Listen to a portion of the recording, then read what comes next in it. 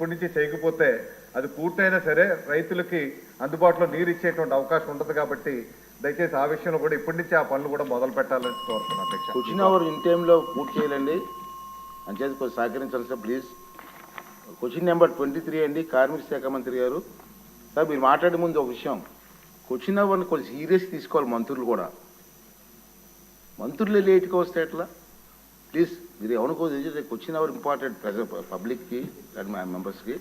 మీరు ఇన్ టైంలో రావడం కోసం ప్రయత్నం చేయండి. ధన్యవాదాలు అధ్యక్ష. ఆలస్యమైనందుకు క్షమించాలి అధ్యక్ష.